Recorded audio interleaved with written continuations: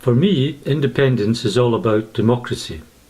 I'm voting yes so that all the key decisions about our future are taken by us, the people who live in Scotland. I'm voting yes because I'm passionate about our health and education services, and I feel a yes vote is the best way to preserve this. I'm voting yes for a Scotland without the threat or cost of nuclear weapons. A Scotland where every person's vote counts. The No campaign tell us that we're better together. They tell us the UK is okay. But for almost half of Scottish pensioners who can't afford to keep their house warm in the winter, for 1 in 5 children who grow up in poverty, for the tens of thousands of people surviving on minimum wage and 0-hour contracts, for the thousands of people who are accessing food banks, the UK is not okay. For them, and so many others, another Scotland is essential. An independent Scotland would be one of the top 20 wealthiest countries in the world.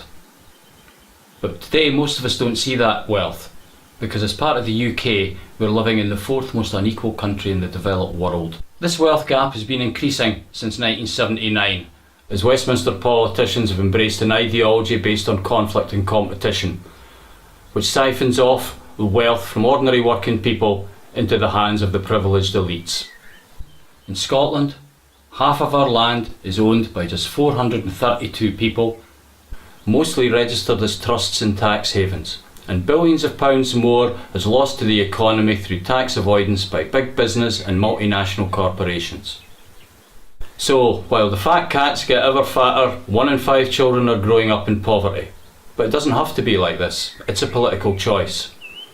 In small, independent Norway, one of the most equal countries in the world, that figure is less than 1 in 20. Those pensioners who can't afford to keep warm in the winter, they're living in one of the most energy-rich countries in Europe. But, with the second worst state pension in the EU, they just can't afford to pay the bills from the profiteering privatised energy companies. While our oil reserves will run out one day, our huge renewable resource never will. These natural resources belong to us all.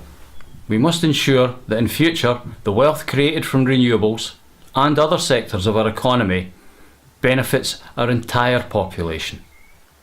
It's time to take control of our future. It's time to rebuild our society based on our values. Our values of community, of cooperation, and most fundamentally of all, of caring. This referendum isn't about David Cameron, or Alex Salmond, or any politician. It's about us, the ordinary people of Scotland. It's our decision, it's our future, it's our choice. Choose yes. Choose a People's Scotland. I want to be part of a more democratic country, which is why I'm voting yes for a People's Scotland.